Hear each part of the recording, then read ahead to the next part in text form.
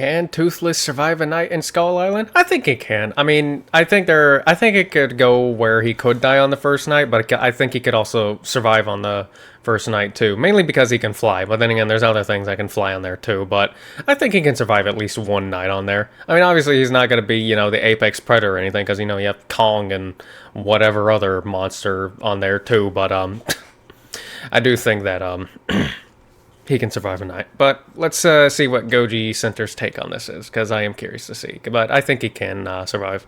But who knows, I may just be wrong. Today on Goji Center, we will drop Toothless, the Night Fury, into one of the most dangerous biomes of all time. An unforgiving hell packed with all sorts of bloodthirsty creatures that would not think twice before making an attempt. Although, I'm pretty sure Toothless survives for sure if it's what is it, the Peter Jackson, I think it is, the Peter Jackson Skull Island. He survives on the first Kong movie, Skull Island. That one he does survive for sure, alright? Or at least I think he does. This one, not so much. On making this guy their next meal, Skull Island. In this episode, we will find out whether or not Toothless will be able to call Skull Island home, while reviewing all of his special abilities, physical attributes, and intelligence to determine whether he will live to see the... And I'm also not sure how much, how many abilities Toothless actually has now, because I've only seen the first two, How to Train Your Dragons, and I haven't seen the third one, but supposedly he gets a new superpower for every movie, so... Who knows what kind of crazy shit he did in that one. I gotta watch it. But so, for all I know, I'm probably about to get spoilers. The next day, or be turned into someone else's lunch. If you love dragons, monsters, dinosaurs, kaiju, then don't just sit there. Hit that subscribe button. Way ahead of you, buddy. And get ready to witness this Night Fury's attempt to survive the bloodiest island in history. Alright, let's see it. Before we figure out where Toothless ranks in Skull Island's food chain, let's first talk about how you can make feeding yourself easier with HelloFresh. Catch up with Toothless, who should have made landfall on Skull Island by now. Alright, let's see it. Night Furies are a species of quadrupedal dragons that are featured in How to Train Your Dragon. We should also mention that these are among the strongest, if not the most powerful species of dragons. These are considered strike-class dragons, which are characterized by... It's also cute as shit, too, because we ain't gonna act like Toothless didn't have its cute-ass moments. Their exceptional bite force, complex levels of cognitive abilities, and most importantly, their extreme flying speeds. That's right, we are really quickly starting to understand that this animal has good maneuverability, which also good camouflage at night, too. Will be extremely useful to its attempt to survive on this island. But there's a whole lot more to this guy. Remember, in Skull Island, there are things that can attack from all directions. Masters of camouflage, deceit, and combat ability. We'll quickly cover the abilities of this dragon and then later match it up against creatures that could give the Night Fury a run for its money. Yep. Up here, we find that this animal has acute senses. Excellent hearing that allows it to pick up acoustic signals from very long distances, large round eyes packed with tons of light receptors that allow it to see in areas with reduced visibility such as fog, rain, snow, smoke, and in dark ambience. But so what if it's too dark? Well, you'd be surprised that this guy also leverages echolocation to allow it to see in complete darkness. Nice. If for whatever reason the Night Fury can't see something, he can definitely smell it. That's right. So it looks like his senses are on point. This guy has a very good sense of smell, and for some strange reason, it can apparently smell danger approaching. Moving on to some physical attributes, we find that this dragon won't be the smallest creature in Skull Island, but most definitely not the biggest. This guy measures almost 29 feet in length, around 6 feet in height, and a massive 50-foot wingspan. This places it in the medium to large-sized winged creatures on this island. But it doesn't always have to fly. Night Furies are also capable of making their way through tough terrain with their flexible claws that can dig into the hardest surfaces, allowing them to literally crawl on any vertical plane. Their tough bodies allow them to resist strong impacts, and its wings can serve as shields, protecting its body from any incoming projectiles. But in the Monsterverse, having good senses and a durable body isn't a guarantee that you'll stay alive. You need more than that. It just so happens that this Night Fury has a few tricks up its sleeve. In the hidden world, we witness the Night Fury's ability to literally disappear using its cloaking ability, absorbing the surrounding electrical energy to activate reflective properties in its scales, allowing it to be invisible for a short time. See, that's something I didn't see. This, combined with its ability to fly at supersonic speeds, gives this animal a big chance at surviving its first night in Skull Island. Alright. In this scenario, we will assume that the tail of this Night Fury is fully functional, allowing it to move at its full potential while airborne. Note that if this tail gets damaged, this makes the Night Fury fair game to be added on someone else's menu. Yeah, without half of its tail, it's kind of screwed. More on this later.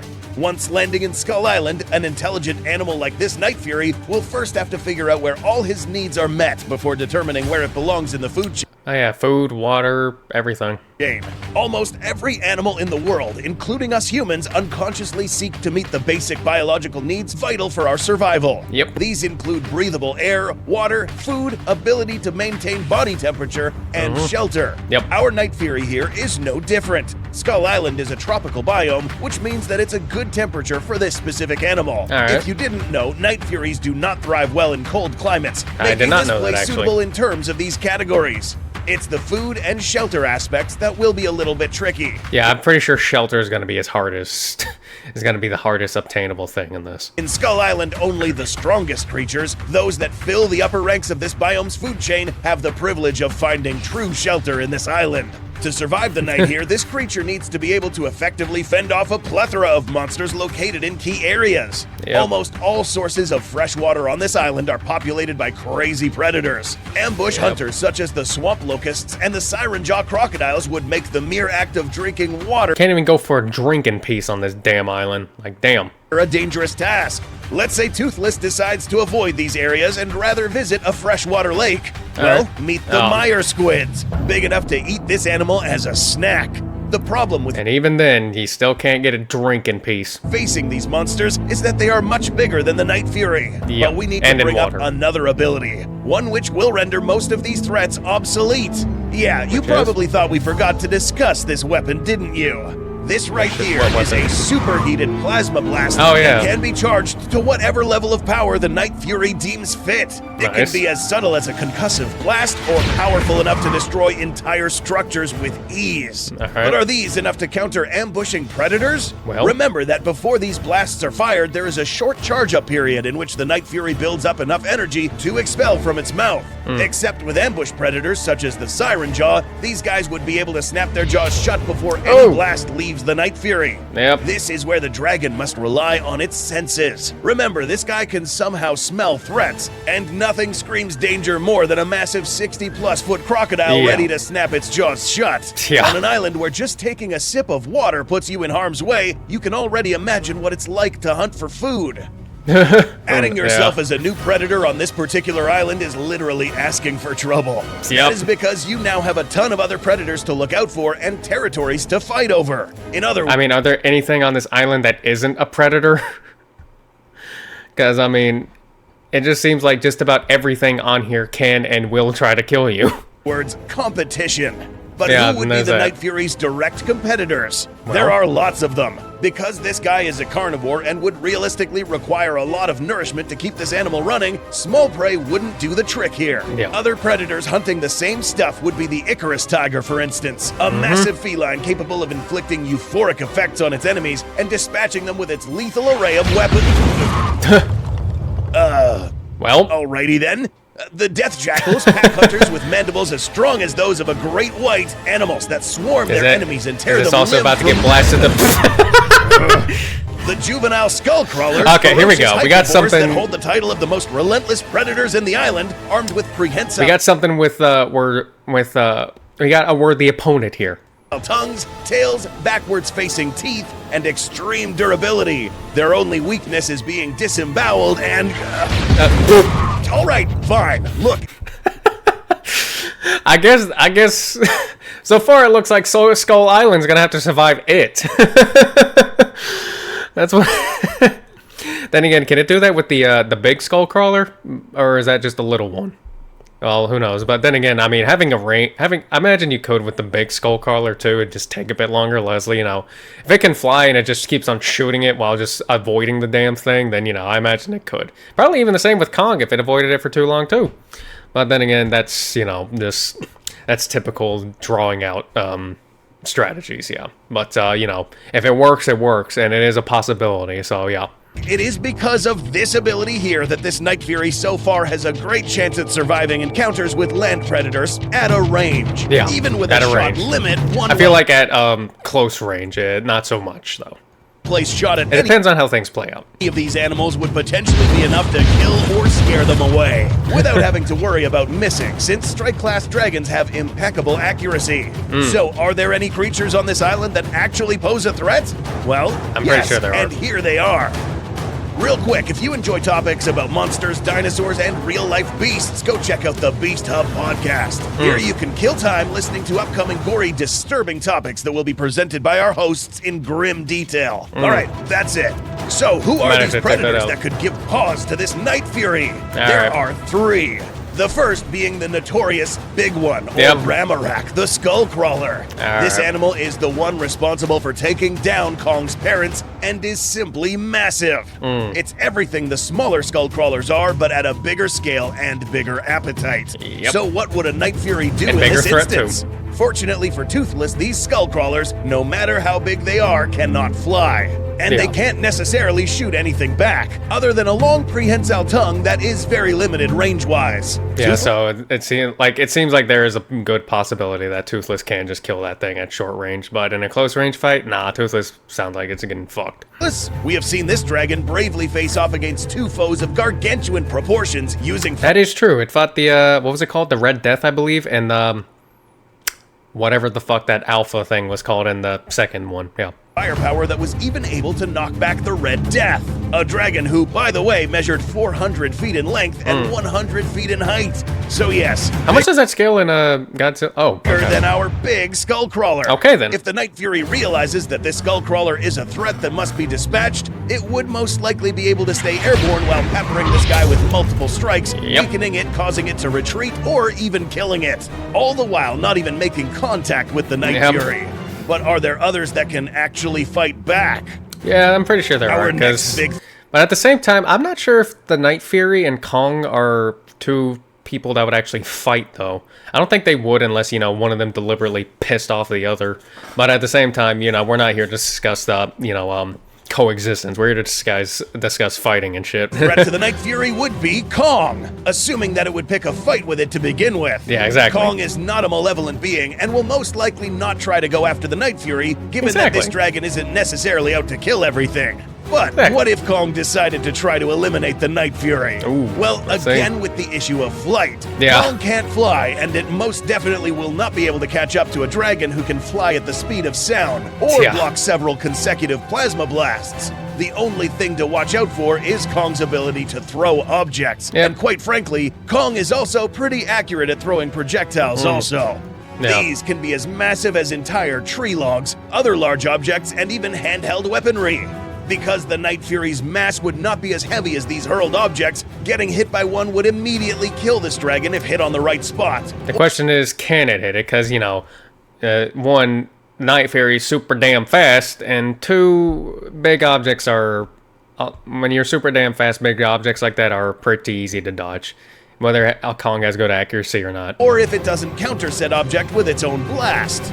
We aren't saying that this is a 50-50 scenario, but rather a confrontation that would be in favor of a creature that can maintain a distance while firing deadly projectiles from above. But will this fight even happen? I think it could go either way, honestly.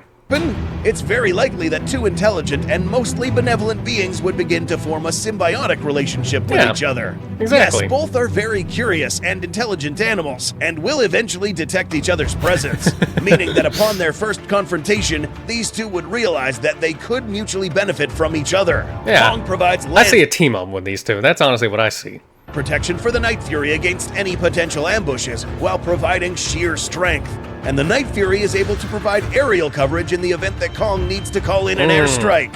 As crazy as this may sound, this is actually possible. And I believe in the real world, it. There are countless times where animals of different species come to each other's aid, providing combat. That is actually true. Like, I don't remember what it was, but I think there was like hawks or crows or some form of bird species working together with fox species too, or seen footage of that, and I thought that was cool. So yeah, I can definitely see these 2 working together. At assistance where needed.